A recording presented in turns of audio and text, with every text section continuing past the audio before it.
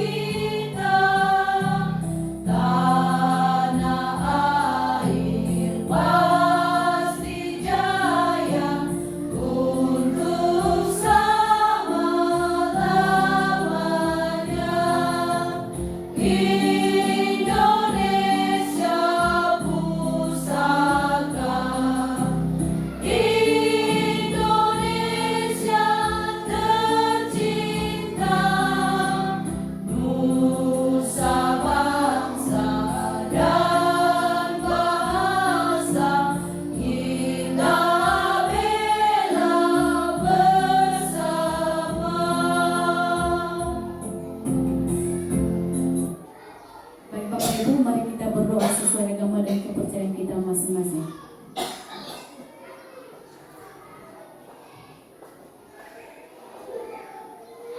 Amin. Bapak Ibu silakan duduk kembali.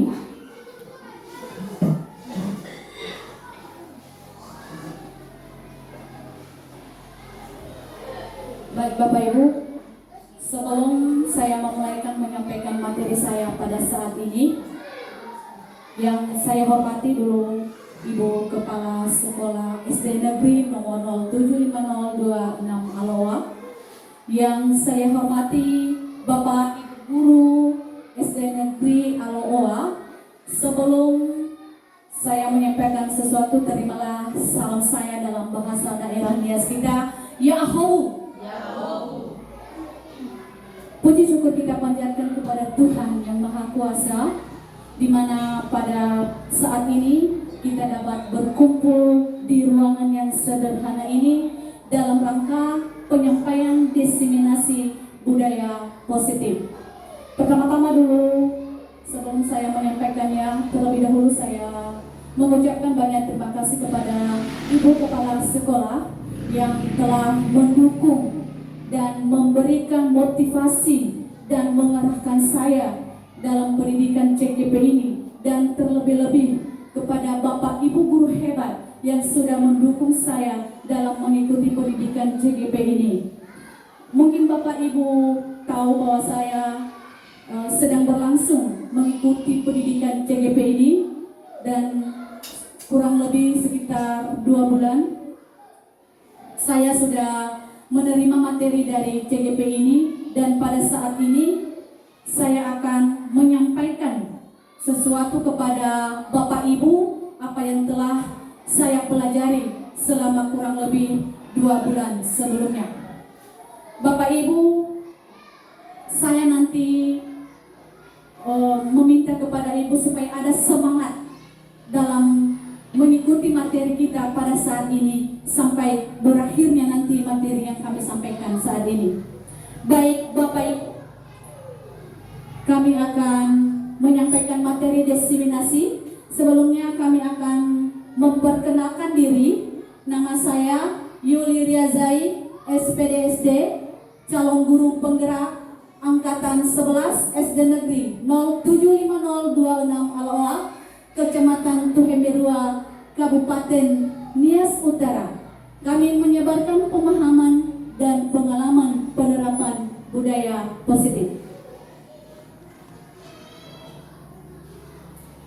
Sekarang kita masuk pada tujuan kegiatan.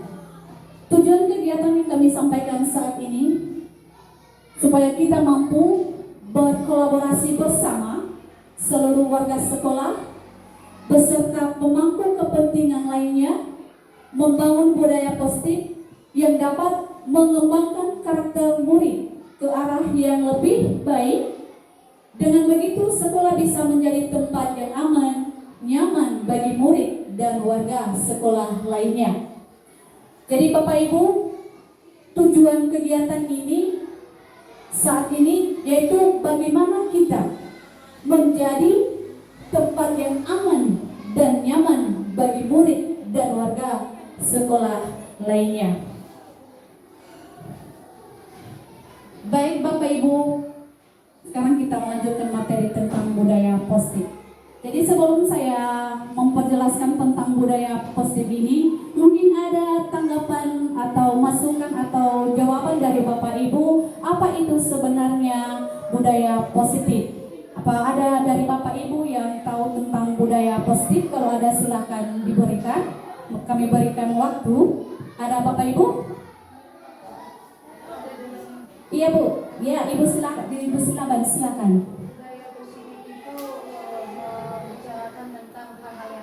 Iya, bagus sekali. Tentang hal-hal yang baik. Ada lagi? Ada Bu. Ya. Budaya positif itu adalah kebiasaan-kebiasaan yang baik dan bermanfaat untuk murid dan peserta didik. Baik, terima kasih. Kebiasaan yang baik. Masih ada lagi? Baik Bapak Ibu, karena tidak ada. Jadi ada tadi yang memberikan tanggapan dari Bapak Ibu tentang budaya positif. Budaya positif ini hal-hal yang baik, betul. Kebiasaan-kebiasaan yang baik, betul itu Ibu. Kebiasaan-kebiasaan atau hal-hal yang baik bagi kita, bagaimana cara kita memanfaatkannya. Jadi kita bisa menyimpulkan bahwa budaya positif itu adalah merupakan perwujudan dari nilai-nilai kebajikan atau keyakinan universal yang diterapkan di sekolah. Itulah pengertian dari budaya positif. Sekarang kita masuk pada konsep utama budaya positif. Dari konsep utama budaya positif ini ada beberapa konsep-konsepnya. Yang pertama, perubahan paradigma belajar, nilai-nilai kebajikan, disiplin positif, motivasi perilaku manusia, keyakinan kelas, kebutuhan dasar manusia, 5 posisi kontrol, dan segitiga restitusi. Inilah Bapak Ibu konsep utama budaya positif. Dari pengertian perubahan ini nanti kita akan memperjelaskan satu-satu apa itu dari perubahan paradigma belajar. Inilah dia Bapak Ibu pembelajaran tentang paradigma baru. Pembelajaran dengan paradigma baru ini merupakan pembelajaran yang dirancang berdasarkan prinsip pembelajaran berdiferensiasi. Yang dimaksud dengan pembelajaran paradigma baru ini Bapak Ibu, bahwasanya gurulah yang lebih aktif untuk memberikan pembelajaran yang baik kepada murid-murid. Dan kemudian pembelajaran yang berdiferensiasi. Pembelajaran yang berdiferensiasi ini maksudnya adalah murid bisa membutuhkan kebutuhan berdasarkan tahap perkembangan dan membutuhkan teori psikologis modern dan mewujudkan profil pelajar Pancasila. Inilah di atas contoh-contoh profil pelajar Pancasila, yaitu pertama, beriman bertakwa kepada Tuhan Yang Maha Esa. Kedua, berkebinekaan global. Ketiga, mandiri. Keempat, bergotong royong. Kelima, kreatif. Dan terakhir, bernalar kritis. Jadi mungkin Bapak Ibu sudah Bapak Ibu terapkan ini di dalam kelas, bagaimana itu profil pelajar Pancasila kepada siswa-siswi kita di dalam kelas kita masing-masing. Bapak Ibu, sekarang masuk kita pada nilai-nilai kebajikan. Ada di sini nilai-nilai kebajikan. Nilai-nilai kebajikan adalah sifat positif manusia yang merupakan tujuan mulia yang ingin dicapai setiap individu Nilai-nilai tersebut bersifat universal dan lintas bahasa, suku bangsa, agama, latar belakang. Inilah Bapak Ibu nilai-nilai kebajikan. Pengertian dari nilai kebajikan itu merupakan sifat positif manusia. Bagaimana cara kita mempermudah dan menghargai bahasa atau suku, latar belakang, agama masing-masing. Jadi ada juga pengertian nilai-nilai kebajikan ini, pengertian dari IPO Primordial Program. Pengertian dari IPO ini yaitu toleransi, rasa hormat, integritas, mandiri, menghargai, antusias, empati, keingintahuan, kreativitas, kerjasama, percaya diri, dan komitmen. Itulah pengertian kebajikan menurut IPO Primordial Program. Kemudian ada juga menurut The Future Project. Nah, ini nilai kebajikan. Kebajikan di situ ada peduli, bagaimana rasa peduli kita kepada siswa. Rajin, bagaimana kita rajin kepada siswa. Integritas, bagaimana siswa membutuhkan kebahagiaan. Dan tanggung jawab atau rasa hormat, bagaimana kita memberikan kepada siswa tanggung jawab yang benar. Itulah nilai-nilai kebajikan menurut The Future Project. Baik Bapak Ibu, sekarang kita masuk pada materi disiplin positif. Materi disiplin positif. Disiplin positif ini berasal dari kata disiplina yang artinya belajar. Disiplin mengacu pada disiplin diri yang memiliki tanggung jawab terhadap apa yang dilakukannya berdasarkan nilai-nilai yang diyakini. Berarti Bapak Ibu di sini sudah pernah melaksanakan tentang disiplin ini ya. Kepada Bapak Ibu guru sudah pernah melaksanakan disiplin, contohnya disiplin kehadiran. Bagaimana kita tepat waktu untuk kehadiran kita setiap pagi di sekolah.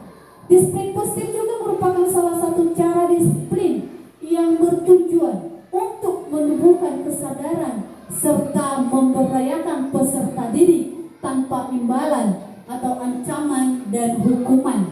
Betul ini Bapak Ibu ya, disiplin positif.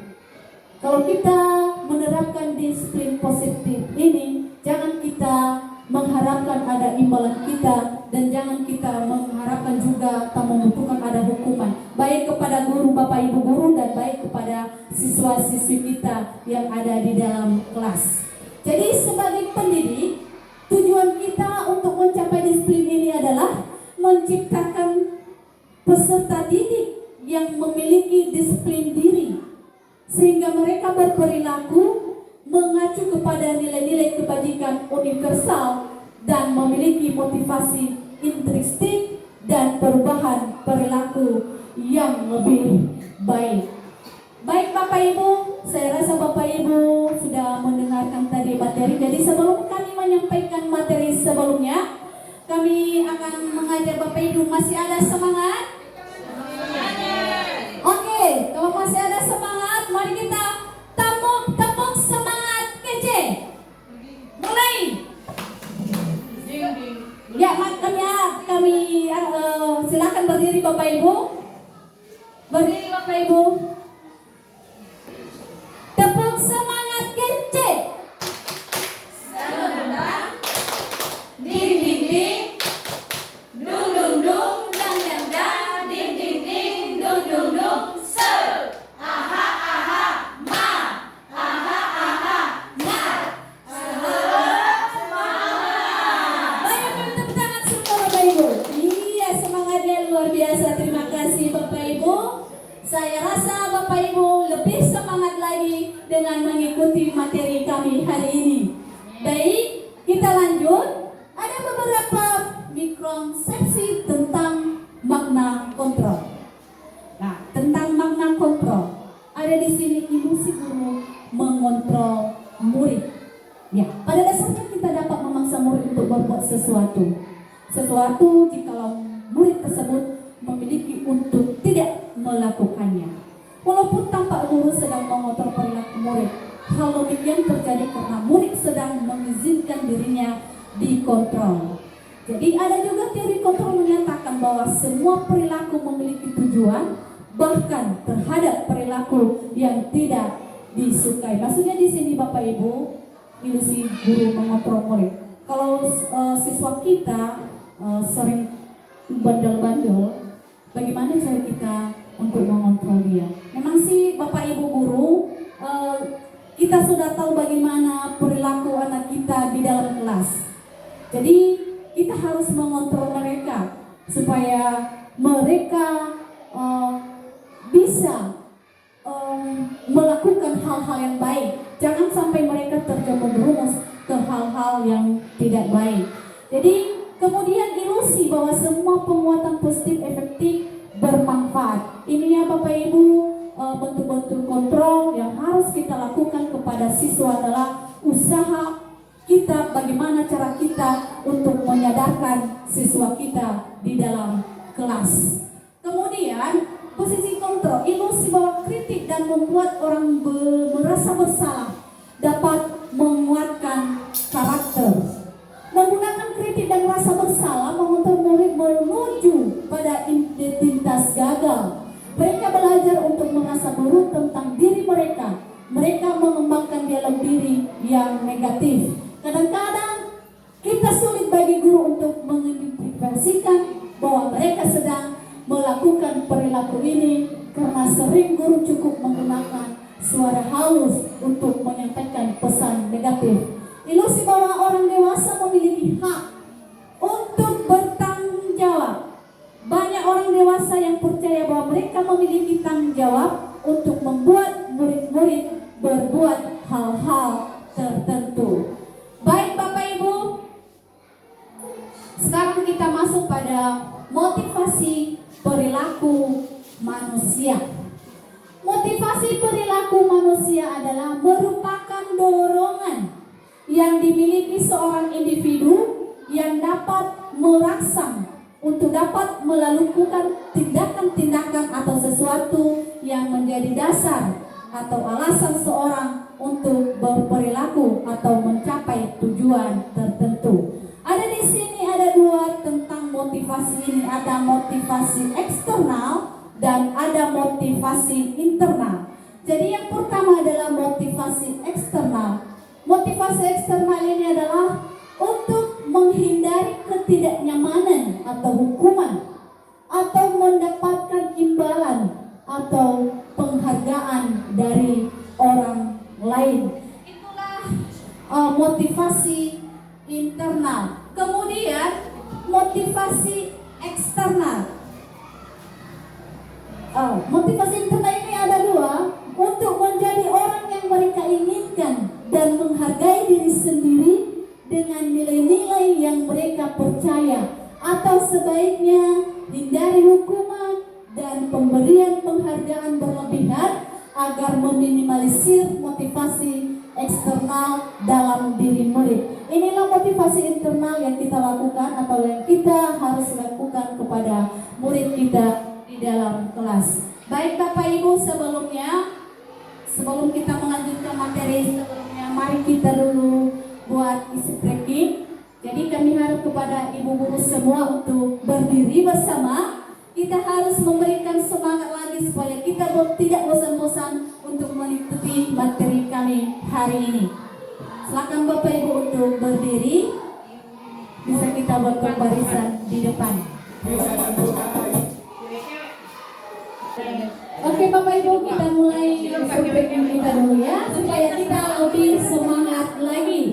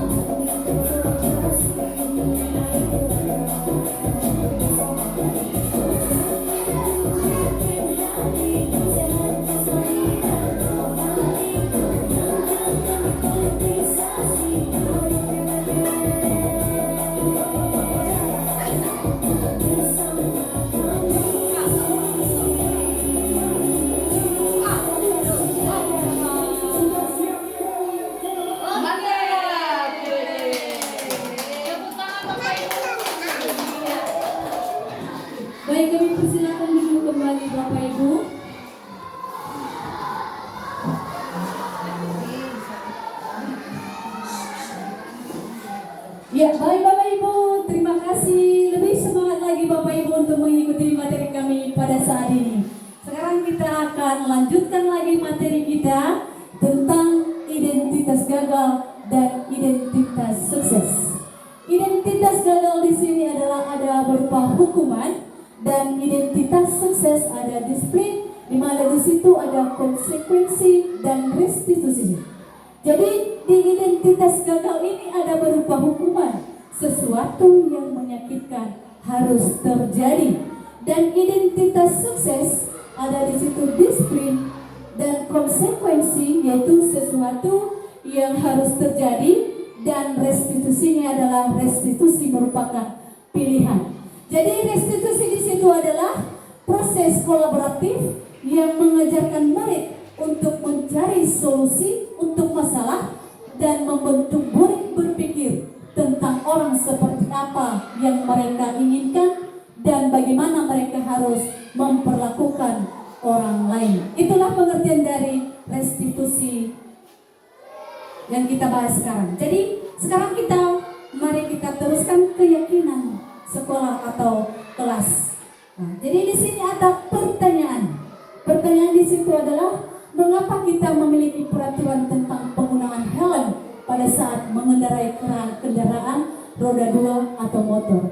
Pasti Bapak Ibu guru memberikan jawaban ini keselamatan. Benar ya Bapak Ibu ya? Iya benar. Kalau kita memakai helm, berarti apapun yang terjadi sama kita di perjalanan kita, pasti kita akan selamat. Jadi mungkin Ibu Silaban tidak mau kecelakaan, contohnya jatuh, kepalanya pecah, tidak mau ya Bapak Ibu? Tidak mau, pasti Bapak Ibu tidak mau ada kecelakaan, tapi Bapak Ibu harus menyelamatkan diri. Kemudian pertanyaan kedua, mengapa kita memiliki peraturan tentang penggunaan masker dan mencuci tangan setiap saat? Mungkin Bapak Ibu guru juga jawabannya itu adalah kesehatan, ya, kesehatan atau keselamatan. Betul Bapak Ibu kan? Betul.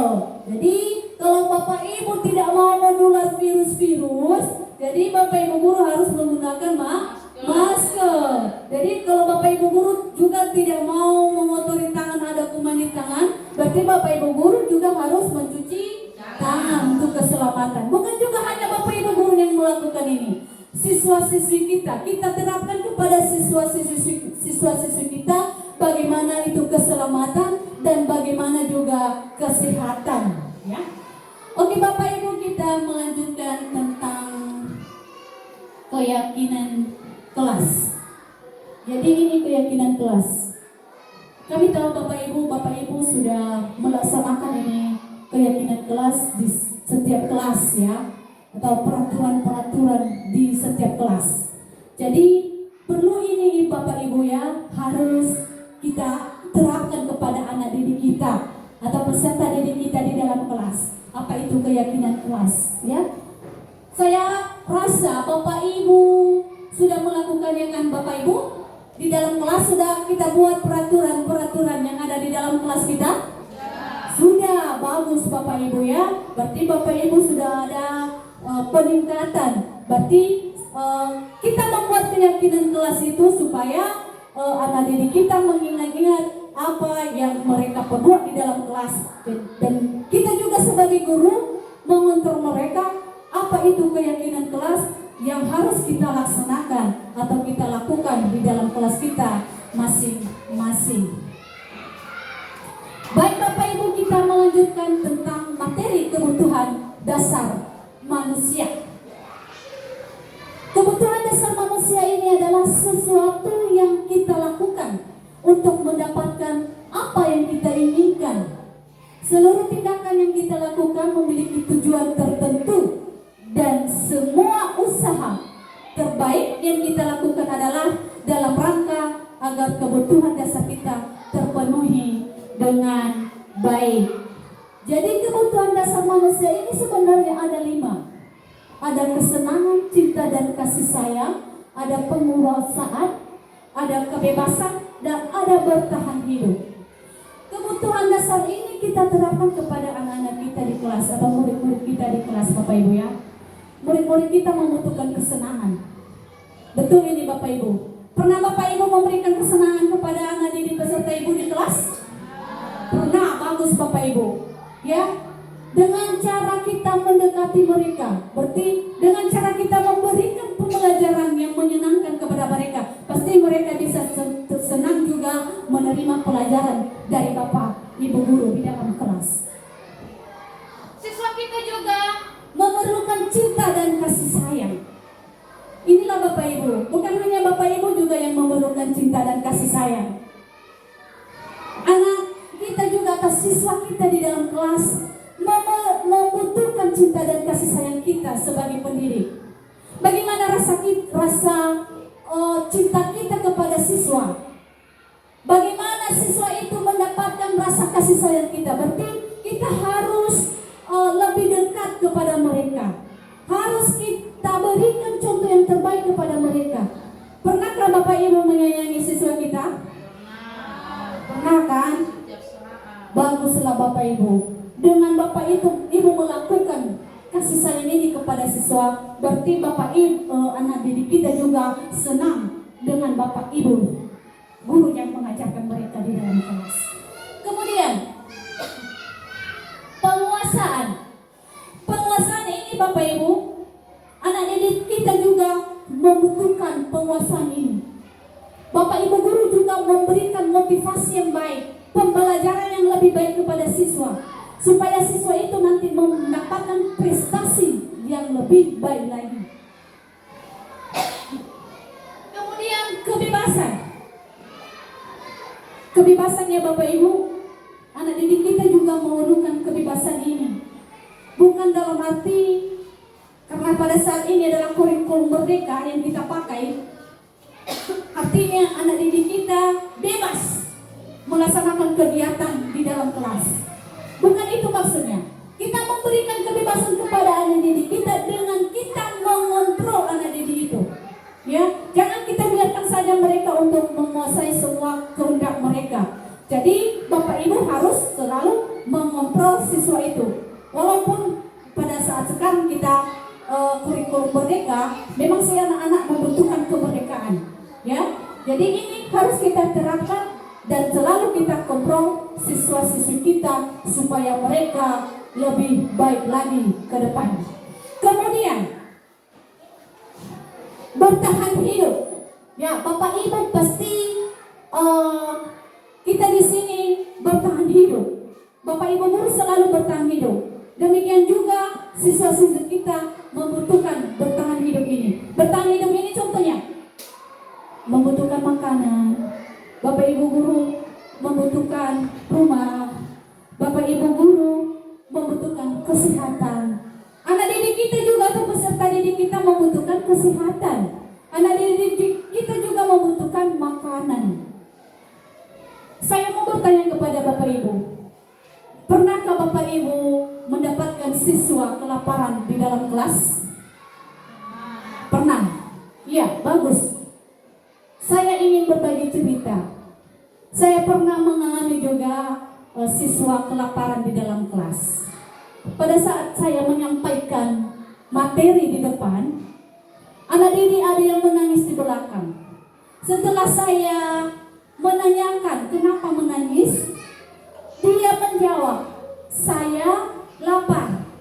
Nah, jadi bagaimana kita mengatasi hal demikian Bapak Ibu?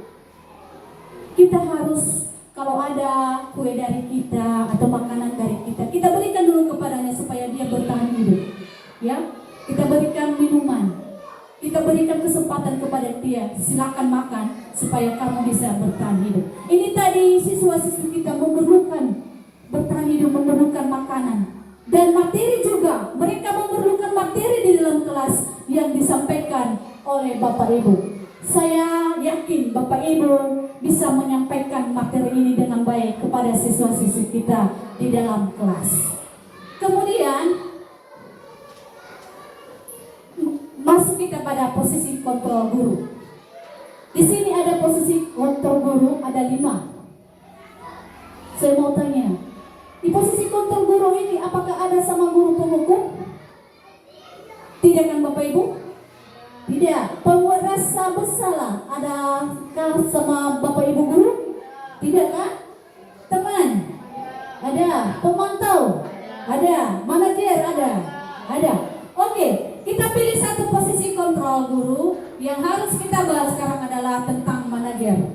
Manajer itu adalah guru berbuat sesuatu bersama murid, mempersilahkan murid mempertanggungjawabkan perilakunya dan mendukung murid menemukan solusi atau permasalahannya sendiri.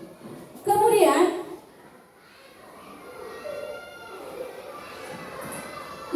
materi yang kami sampaikan tentang validasi tindakan yang salah. Oke, ini Bapak Ibu, segitiga restitusi.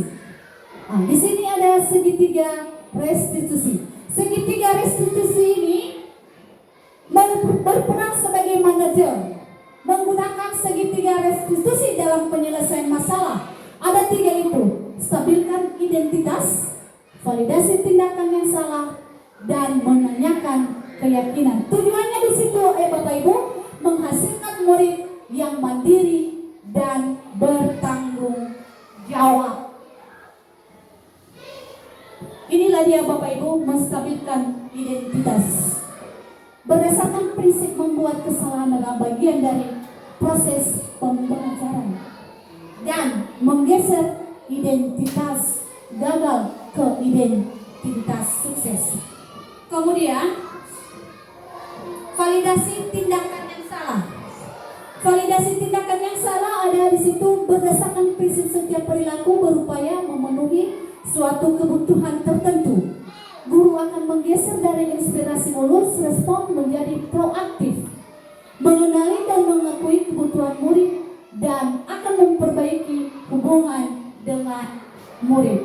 Kemudian menanyakan keyakinan. Murid akan diberikan pertanyaan-pertanyaan bermakna untuk memunculkan motivasi secara intrinsik dan mampu mengingatkan keyakinannya dengan tindakan yang salah. Itulah segitiga restitusi Bapak Ibu. Jadi pengenalan kasus yang dilakukan guru di sini adalah menggunakan pendekatan segitiga restitusi. Jadi segitiga restitusi ini diharapkan guru dapat memposisikan dirinya sebagai manajer dengan mengajukan pertanyaan-pertanyaan bermakna yang membuat murid menjadi lebih mandiri, percaya diri, bertanggung jawab, serta menemukan solusi permasalahan. Inilah tadi segitiga restitusi Bapak Ibu. Kalau kita kalau siswa ada suatu masalah, bagaimana cara kita menanggapinya dan bagaimana kita menyelesaikan suatu masalah kepada siswa. Ini dia tadi Bapak Ibu, bahwa guru harus memposisikan dirinya sebagai manajer, menanyakan dan bertanggung jawab, menemukan solusi permasalahan dari siswa-siswi kita. Baik Bapak Ibu, sebelumnya saya ajak lagi Bapak Ibu untuk membuat ice breaking sekali lagi. Saya ajak Bapak Ibu untuk berdiri di depan. Kita buat dulu ice breaking sekali lagi Bapak Ibu untuk lebih semangat Bapak Ibu. Saya rasa Bapak Ibu sudah mulai kaku-kaku ya, agak ngantuk. Jadi untuk lebih semangat lagi kita buat ice breaking dulu ya Bapak Ibu.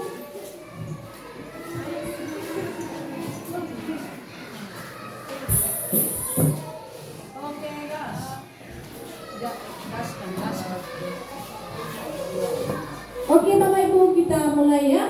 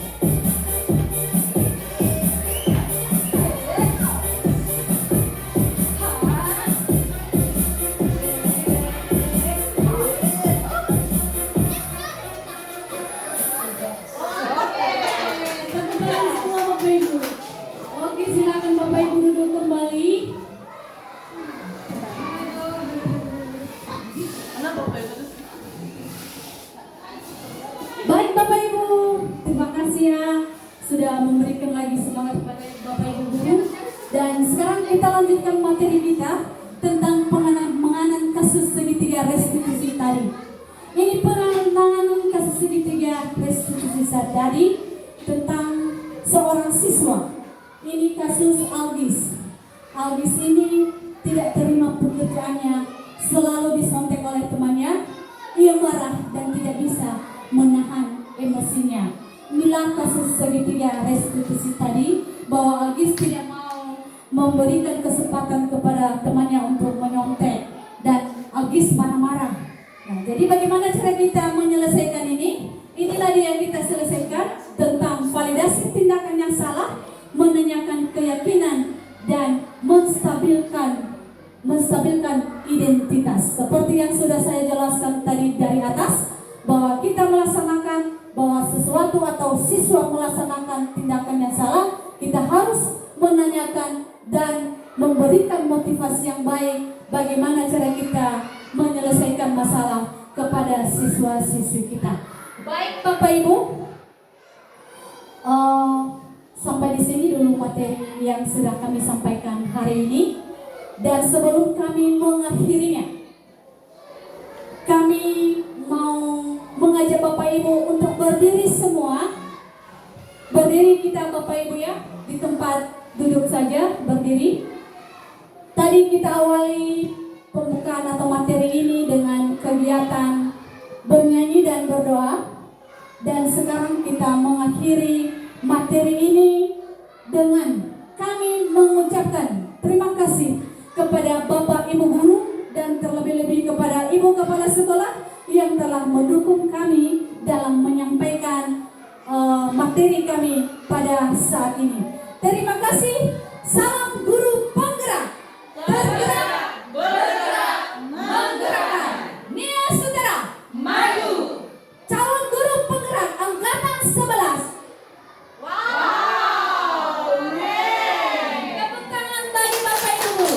Terima kasih Bapak Ibu Guru.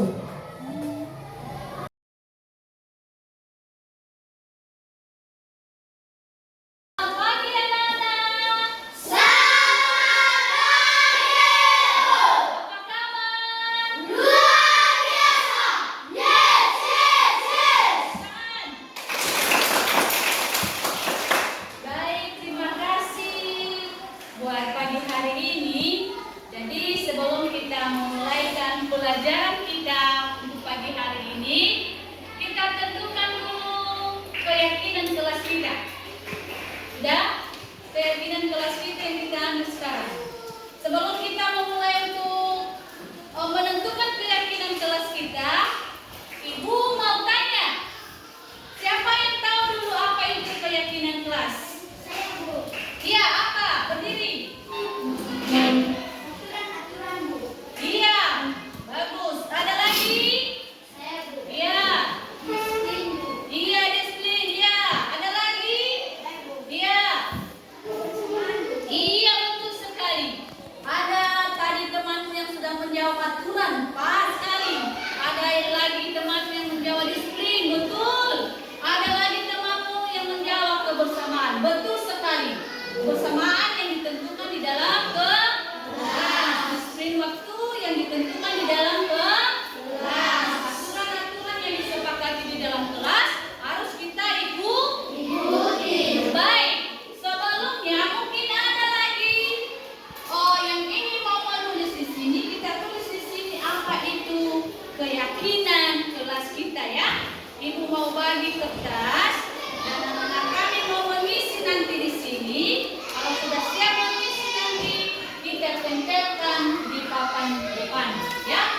Ini Ibu bagi, diisi, ditulis nama.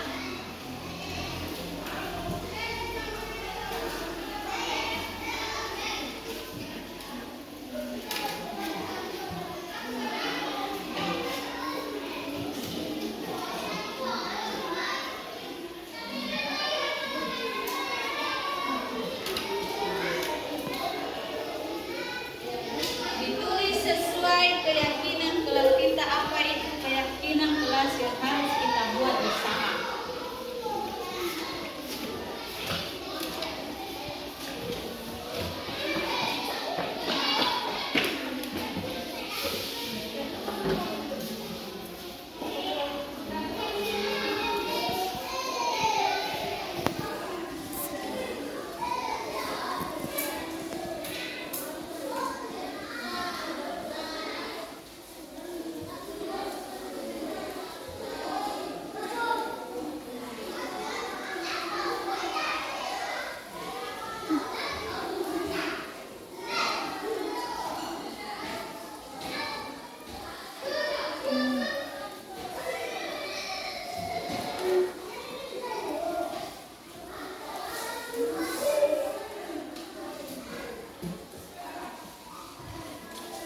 Baik, sudah siap semua? Sudah.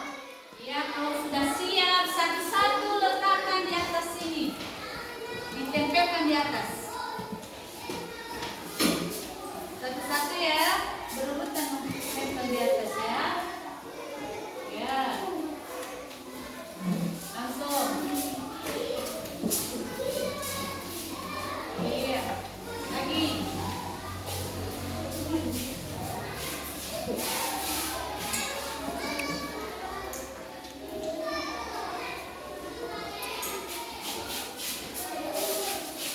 Tempel tulangnya ya.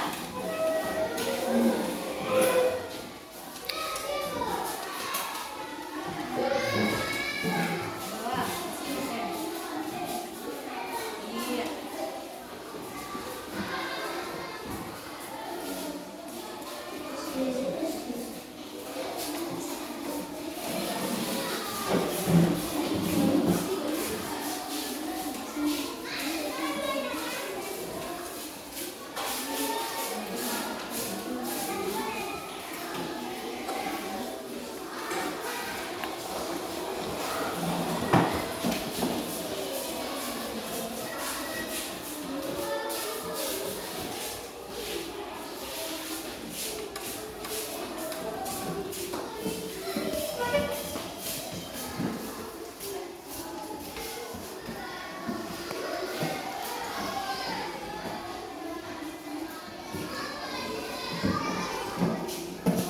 Iya, baik. Karena sudah siap kita tulis.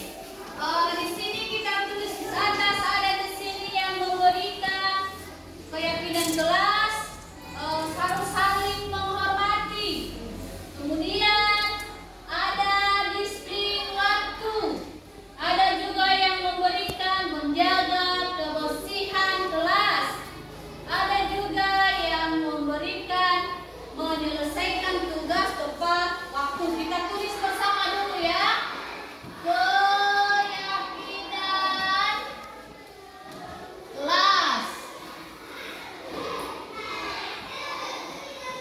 Pertama, saling menghormati.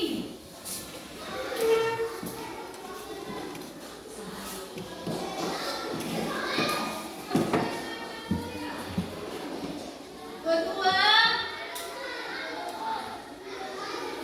menjaga kebersihan.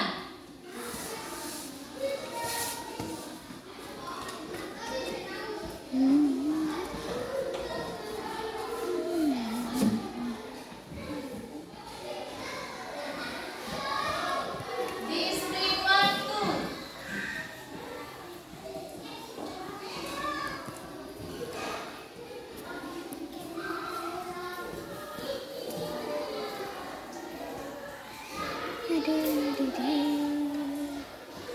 Jangan